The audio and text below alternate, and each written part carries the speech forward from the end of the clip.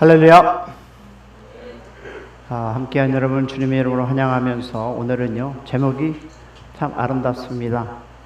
하나님의 작품 전시회라는 제목으로 은혜 나누겠습니다. 에베소서 2장 7절과 10절 말씀을 가지고 말씀 안에 은혜 있는 하나님의 음성을 듣기를 소망합니다. 다 같이 읽습니다. 시작. 이는 그리스도 예수 안에서 우리에게 자부하심으로써 그 은혜의 지극히 풍성함을 오는 여러 세대에게 나타나게 하심이라.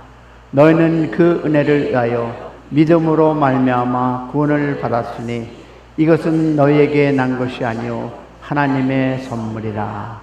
행위로 난 것이 아니니 이는 누구든지 자랑하지 못하게 함이라. 우리는 그가 만드신 바라 그리스도 예수 안에서 선한 일을 위하여 지으심을 받은 자니 이 일을 하나님이 전에 예비하사 우리로 그 가운데서 행하게 하려 하심이라. 아멘. 오늘 이 말씀을 가지고 하나님의 작품 전시회라는 제목으로 은혜 나누겠습니다. 저번에도 이런 타이틀을 써봤는데 다시 한번 말씀을 보니까 정말 우리는 전시회 안에 하나님의 작품임을 기억하는 그런 시간 될 수 있기를 소망합니다. 여러분 미술관이나 전시회에 가본 적이 있습니까? 당연히 가면 참 많은 작품들이 있습니다. 어떤 작품은 처음 보는 순간부터 우리의 눈을 사로잡습니다.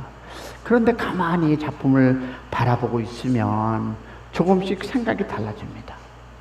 처음에는 그림을 봅니다. 그러다가 그 그림을 그리는 사람이 누구일까? 누가 이 그림을 그렸을까? 그리고 왜 그렇게 그렸을까? 그리고 이 작품을 통해서 무엇을 말하고 싶은 것일까? 그러면 결국 좋은 작품은 작품만 보는 것이 아니라 그 작품을 만든 사람을 생각해야 합니다. 여러분 알다시피 세계적인 유명한 그림 가운데 레오나르도 다빈치의 모자나 있죠. 그러면 모나리자가 있습니다. 그 그림 속의 여인이 누구인지에 대해서는 확실히 이야기하는 분들은 없습니다. 그러나 우리가 모나리자를 생각할 때 반드시 기억할 이름이 있죠. 레오나르도 다빈치. 그럼 왜 그렇습니까? 작품을 보면 그 작품이 만든 작가를 생각하기 때문입니다. 작품에는 자기의 생각이 담겨 있고 자기의 솜씨가 담겨 있고 작가의 의도가 있습니다. 그런데 사랑하는 여러분, 오늘 성경을 펼쳐보니까 놀랍게도 작품 이야기가 나옵니다. 에베소서 2장 10절이죠. 우리는 그가 만든 바라. 자, 다른 번역에는 이 말씀을 이렇게 얘기하더라고요. 우리는 하나님의 작품입니다. 여러분, 이 말씀을 그냥 지나치지 마시기 바랍니다. 한번 마음으로 고백하기 바랍니다. 나는 하나님의 작품입니다. 할렐루야. 우리 여러분 옆을 보면서 하겠습니다. 나는 하나님의 작품입니다. 맞습니다. 여러분 특별한 사람만 하나님의 작품이 아닙니다. 목사만이 작품이 아닙니다. 재능이 많은 사람만 작품이 아닙니다.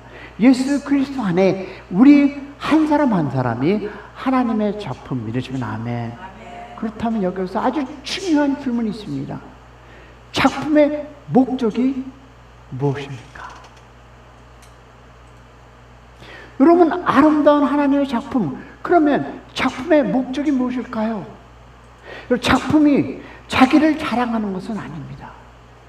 좋은 작품은 그 작품을 만든 작가를 보여줍니다. 그렇다면 우리가 하나님의 작품이라면 우리의 삶을 통해 누가 보여줘야 하겠습니까? 여러분이 하나님의 작품이라면 우리의 삶을 통해 누가 보여줘야 합니까?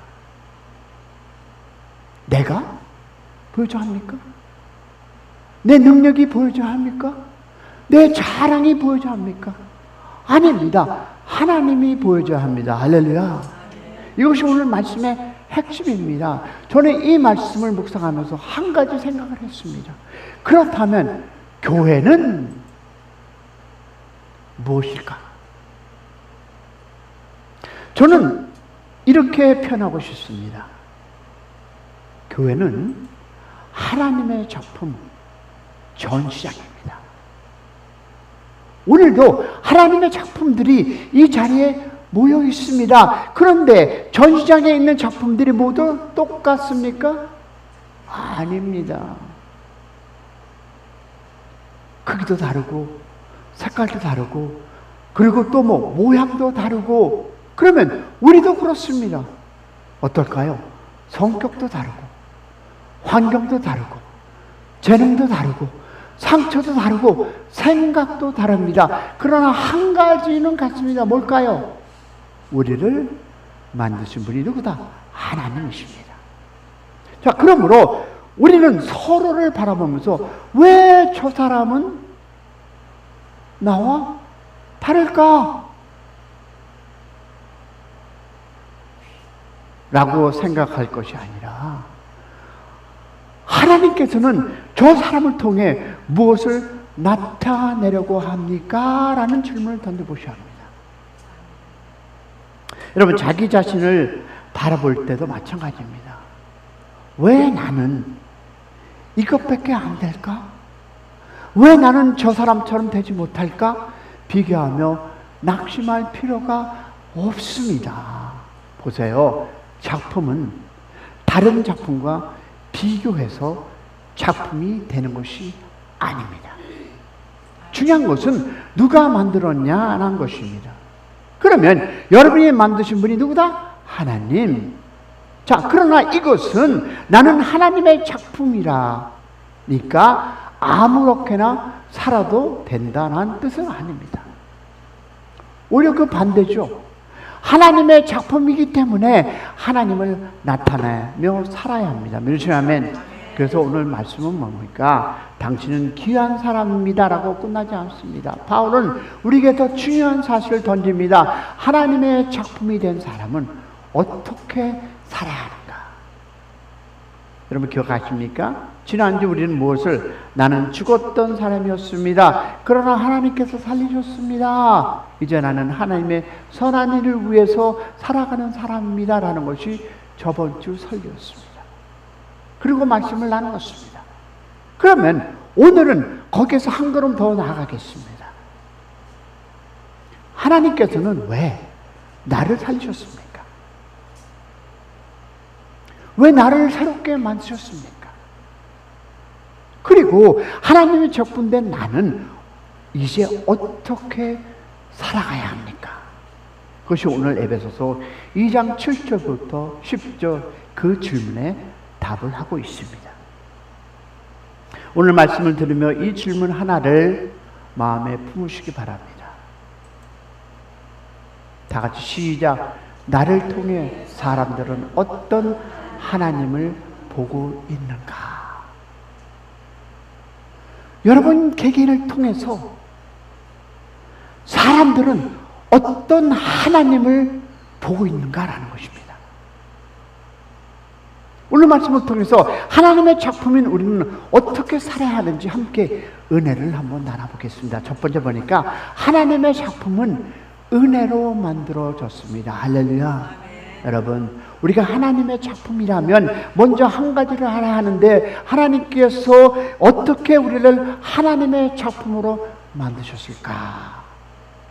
우리가 잘해서일까요? 남보다 착해서입니까? 하나님께 보여드릴 만한 무엇인가 있기 때문입니까? 아닙니다. 왜냐하면 바울은 8절에 말합니다. 뭐라고? 시작. 너희는 그 은혜로 의하여 말미암아 구원을 받았으니 이것은 너에게 난 것이 아니요 하나님의 선물이라. 그러면 이 한 구절 안에 복음의 중요한 세 단어가 나옵니다. 뭡니까? 은혜, 믿음, 선물입니다. 자, 그럼 은혜 봅니다. 은혜란 무엇입니까? 받을 자격이 없는 사람이 받는 것이 바로 은혜. 믿으시면 아멘. 그러면 값을 지불할 수 없는 사람에게 거저 주는 것이었습니다. 지난주 말씀에서 바로 우리의 각오를 조금 부족한 사람, 조금 연약한 사람이라고 말하지 않습니다. 허물과 죄로 죽었던 너희라고 얘기했습니다. 그러면 사랑하는 여러분, 죽은 사람은 스스로 살아날 수가 없습니다. 그래서 에베소서 2장 4절에 뭡니까? 그러나 but God, 하나님입니다. 우리가 하나님을 찾기 전에 하나님은 우리를 먼저 찾으셨습니다. 할렐루야.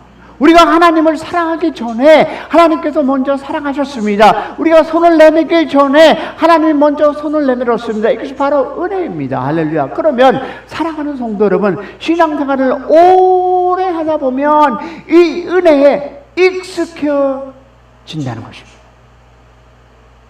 왜 그럴까요? 처음 예수를 만났을 때에는 십자가만 생각해도 하나님 감사합니다. 나 같은 사람을 하나님께 사랑하셨으니. 근데 그걸 하나만으로 감격했습니까? 그런데 여러분, 시간이 지나면서 예배도 익숙해지고 기도도 익숙해지고 말씀도 익숙해지고 심지어 은혜라는 말에는 익숙해질 수 있다는 것입니다. 그러나 바울은 오늘 우리에게 다시 처음 자리로 돌립니다. 너는 그 은혜에 의하여. 여러분, 너희가 여기까지 온 건 너희가 잘해서가 아니라 은혜다. 그렇죠? 할렐루야. 그러면 처음에도 은혜였고 오늘도 은혜였고 마지막까지 은혜입니다. 할렐루야. 자, 그 다음에 두 번째 뭘까요? 믿음이라는 단어가 나옵니다. 바울은 믿음으로 말미암아 구원을 받았으니 라고 합니다. 즉 믿음은 구원의 값을 지불한 것이 아닙니다. 믿음은 하나님께서 주시는 선물을 받아들이는 손과 같습니다. 이런 어떤 사람에게 아주 귀한 항아리가 있었습니다. 근데 어느 날 깨져버렸습니다. 그러나 그 주인은 그 항아리를 버리지 않았습니다. 그래서 깨진 조각을 모아서 다시 붙이고 다듬었습니다. 왜 그렇게 했습니까? 자기가 사랑하였기 때문입니다. 우리도 그렇습니다. 죄로 깨지고 상처로 깨지고 실패로 깨지고 때로는 잘못된 선택으로 인생의 한 부분이 깨지기도 했습니다. 그러나 하나님께서 그런 우리를 보시고 이제 너는 쓸모없다 라고 하지 않으셨습니다. 우리를 버리지 않으시고 예수 그리스도를 붙들어 주셨습니다. 할렐루야. 안에서. 그런데 복음은 깨진 것을 다시 붙이는 것보다 훨씬 놀랍습니다. 제가 제일 좋아하는 성경 구절이 바로 이 구절입니다. 고린도후서 5장 17절. 다 같이 시작. 누구든지 그리스도 안에 있으면 새로운 피조물이라. 여러분, 하나님께서는 우리를 조금 고쳐 놓지 않으셨습니다.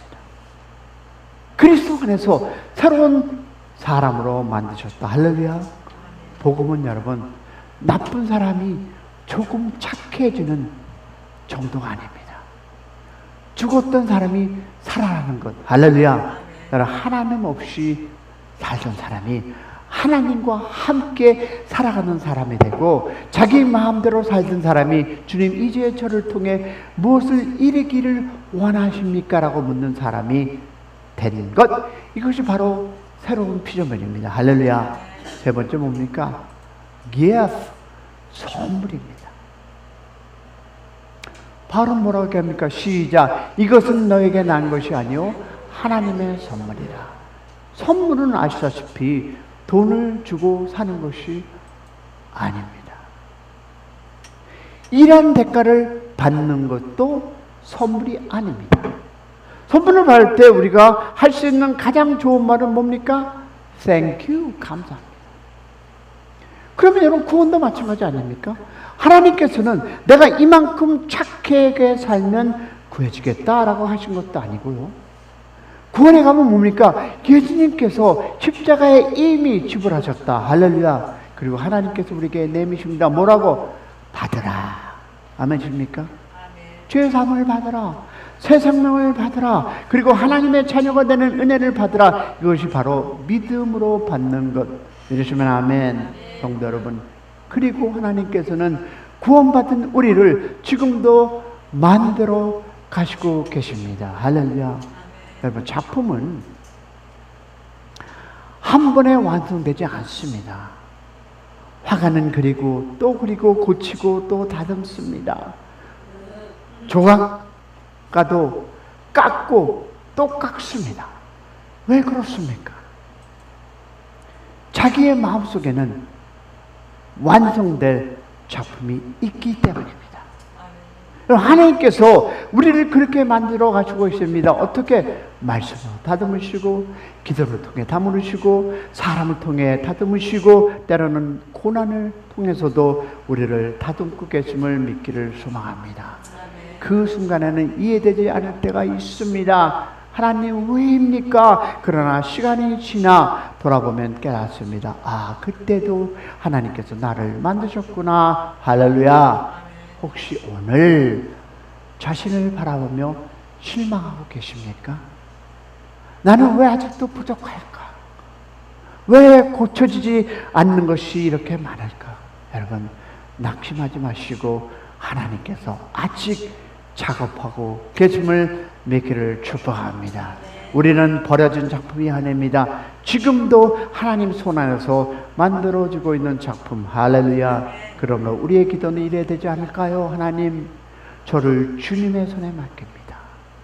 제 고집을 담아주시고, 제 교만을 꺾어주시고, 제 상처를 만져주시고, 주님께서 원하는 작품으로 저를 만들어 주시옵소서라는 고백이기를 축복합니다.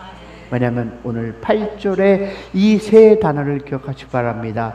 은혜, 믿음, 선물. 하나님께서는 은혜로 구원하셨습니다. 할렐루야. 우리를 믿음으로 선물로 주셨습니다. 그리고 하나님께서는 지금도 우리를 아름다운 작품으로 만들어 가시고, 그렇다면 작품이 아름다울 때 누구를 자랑해야 합니까? 땡큐, 작가입니다. 그래서 바울은 9절에 이렇게 합니다. 다 같이 시작. 행위에서 난 것이 아니니 이는 누구든지 자랑하지 못합니다.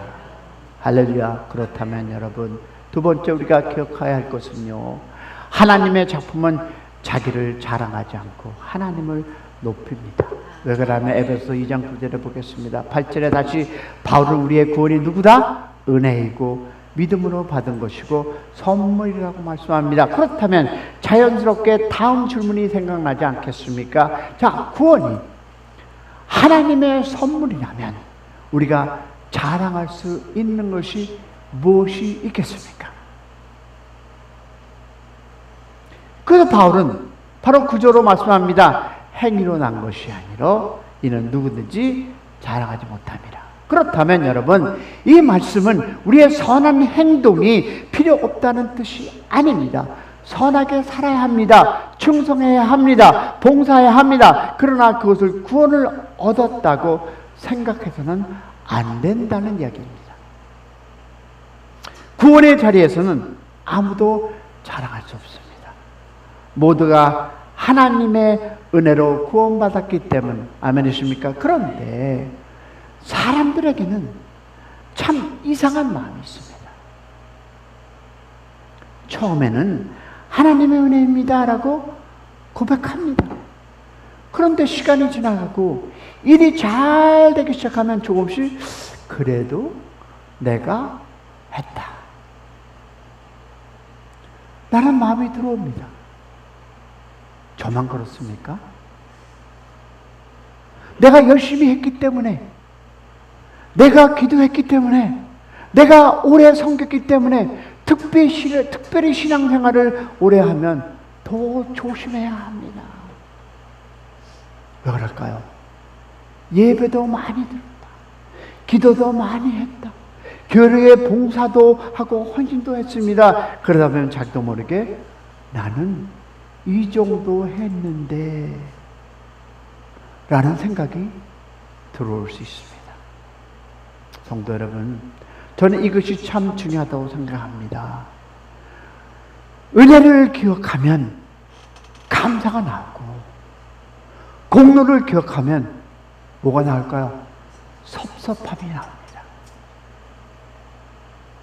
내가 한 것을 계속 생각하면 사람들이 안아주지 않을 때 섭섭합니다. 칭찬하지 않으면 마음이 상합니다. 내가 얼마나 했는데 라고 생각이 듭니다. 그러나 은혜를 기억하면 고백이 달라집니다. 내가 하나님을 위해 얼마나 했는가 보다 하나님께서 나를 위해 무엇을 했는가를 생각하게 된다. 할렐루야.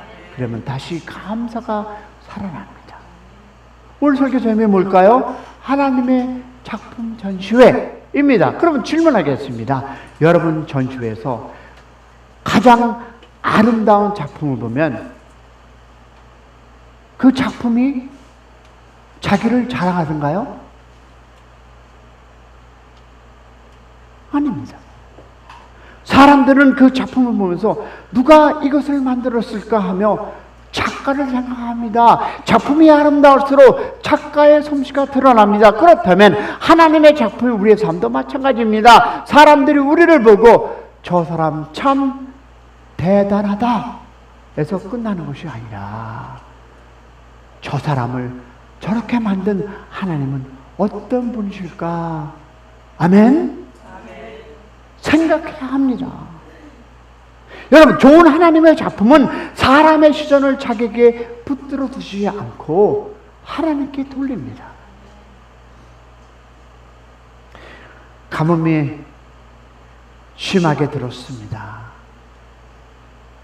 한 번도 제가 이 예를 들었는데 개구리가 살던 연못이 물이 모두 말랐습니다. 개구리는 이 물이 있는 곳을 떠나고 싶어서 새 2마리에게 자신도 데려가 달라고 부탁했습니다. 그러자 새들은 막대기 하나를 가져와서 양쪽 끝에 물었고 개구리는 그 막대기 가운데를 입으로 꽉 물었습니다. 그렇게 개구리는 새들의 도움을 받아 하늘을 날아 물이 있는 곳으로 향했습니다. 그런데 하늘을 날아가던 그 모습을 본 사람들이 이렇게 얘기합니다. 이야, 정말 좋은 생각이다. 누가 저런 아이디어를 냈을까? 그 말을 듣는 개구리가 자랑하고 싶었습니다. 그리고 입을 어떻게 했을까요? 네, 피가 하는 순간 떨어지게 말았습니다. 혹시 이것이 우리의 모습이 아닐까요? 여러분, 웃기는 이야기지만 신앙적으로 참 중요한 교훈입니다. 개구리가 떨어진 것은 새들이 놓았기 때문이 아닙니다.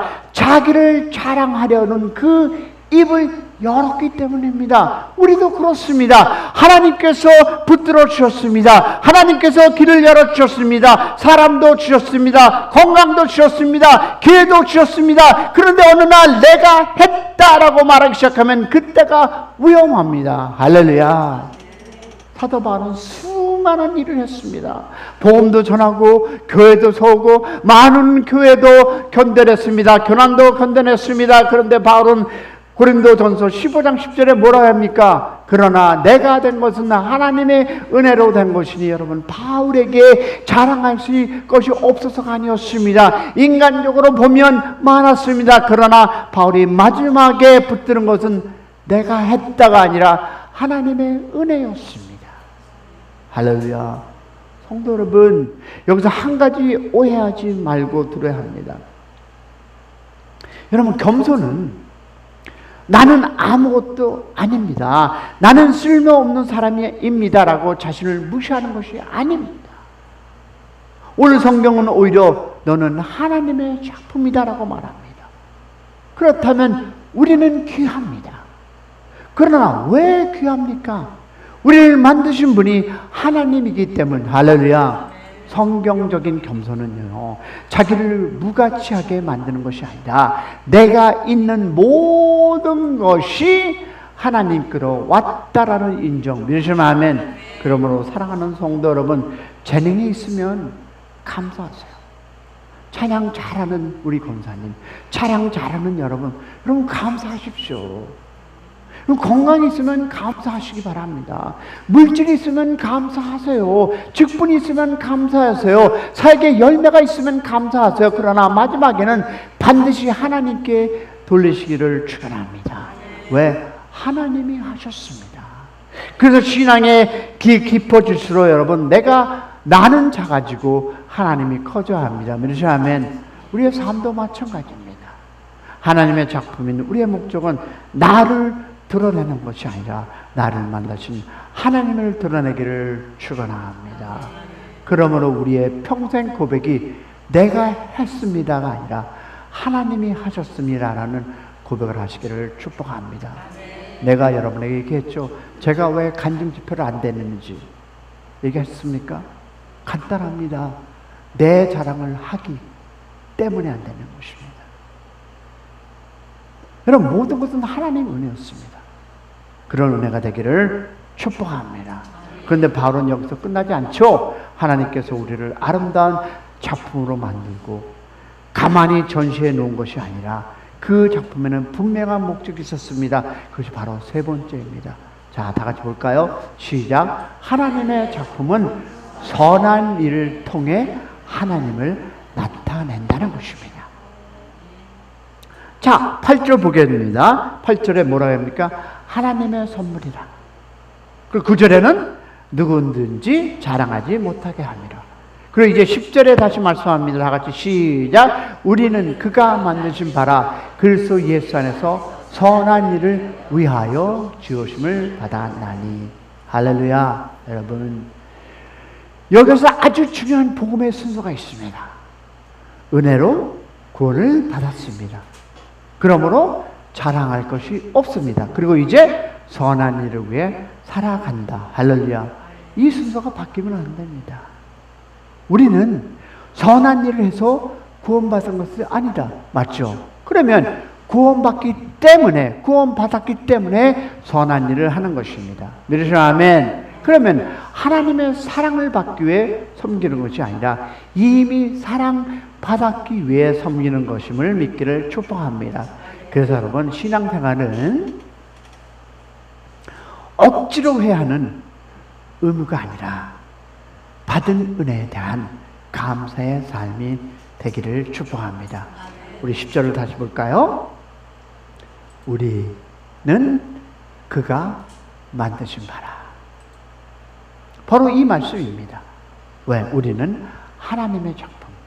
그런데 하나님께서는 우리를 작품으로 만들어 놓고 그냥 전시장에 가만히 두지 않았어요. 그래서 성경은 뭐라 합니까? 선한 일을 위하여 지으심을 받았다. 그러면 하나님의 작품은 여러분 기억하세요. 하나님의 작품은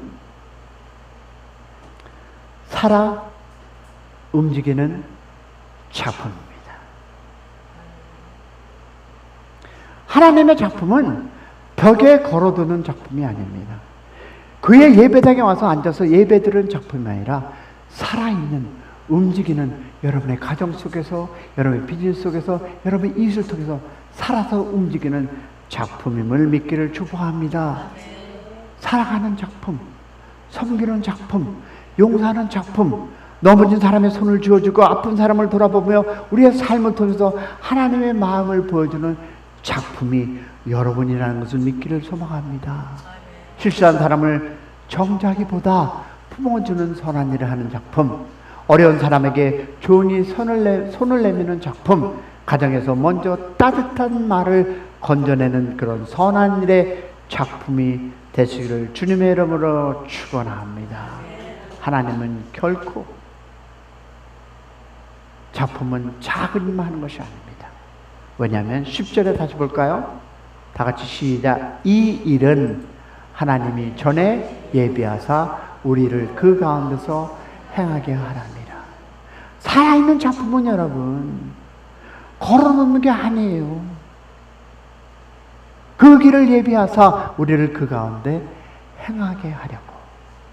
이 작품이 우리의 이웃에게, 이 작품이 우리의 가정에게, 이 작품이 우리의 이웃에 살아가는 모든 이들에게 작품이 살아서 움직이는 그런 은혜가 있기를 축원합니다. 우리가 선한 일을 여러분 억지로 만들어내는 것이 아닙니다. 하나님이 이미 예비하셨고 그 작품인 여러분께서 그 예비한 일을 오늘도 내일도 우리의 인생길에 그 작품의 은혜로 나누시기를 축원합니다. 오늘 내가 만나는 사람 가운데 그런 축복이 있기를 소망합니다. 오늘 내가 만나는 우리 가정에게 그런 은혜와 직장과 교회 안에 함께하기를 주님의 이름으로 축원합니다. 어쩌면 오늘 하나님께서 나에게 한 사람을 보내시면서 이 사람을 사랑해 주어라, 용서해 주어라 할 때 그 용서와 사랑이 함께하는 여러분의 작품 되기를 축원합니다. 사랑하는 여러분, 그들은 당신을 통해 하나님을 어떻게 해석할까요? 라는 질문을 붙잡기 원합니다. 저는 이 질문이 오늘의 말씀에 참 중요하다고 생각합니다. 왜냐하면 많은 사람들은 성경을 읽기 전에, 다시 한번, 많은 사람들은 이 성경을 읽기 전에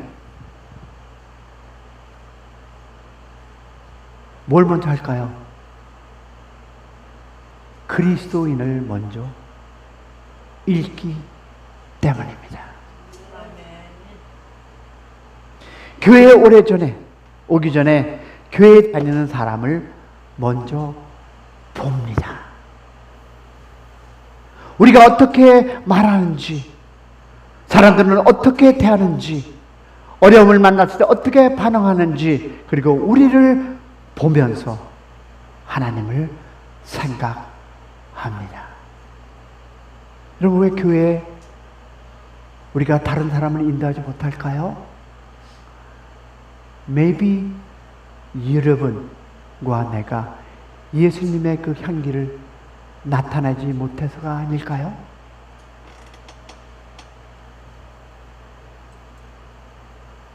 사람들은 여러분, 나를 통해 어떤 하나님을 보고 있습니까? 내가 용서하는 모습을 보면서 하나님은 용서하는 분이구나 라고 볼까요? 내가 어려운 사람을 그 돕는 모습을 보면서 하나님은 어려운 사람을 외면하지 않으시구나 라는 모습을 보겠습니까? 내가 어려움 속에서 믿음을 잃지 않는 모습을 보면서 아, 저 사람을 믿는 하나님에게는 뭔가 있구나 라고 얘기를 합니까? 그것이 바로 하나님의 작품으로 살아가는 모습임을 기억하시기를 축복합니다. 오늘 제목, 하나님의 작품 전시회. 우리는 완전한 사람은 아닙니다. 그러나 은혜로 구원받은 하나님의 작품이 모인 곳이 바로 교회입니다. 저는 이런 말을 듣는 우리 샘 중학교가 되기를 원합니다. 저 사람을 보니 하나님이 어떤 분인지 조금은 알 것 같습니다. 사랑하는 성도 여러분, 우리를 은혜로 구원해 주셨고 하나님의 작품으로 만드셨고, 그리고 이제 우리를 세상에 보내십니다. 우리의 사랑을 통해서 하나님의 사랑을 보여주고, 우리의 용서를 통해서 하나님의 용서를 보여주시고, 우리의 섬김을 통해서 예수님의 마음을 보여주는 살아있는 작품들이 되시기를 주님의 이름으로 축원합니다. 오늘 나를 통해서 사람들은 어떤 하나님을 보게 될까요?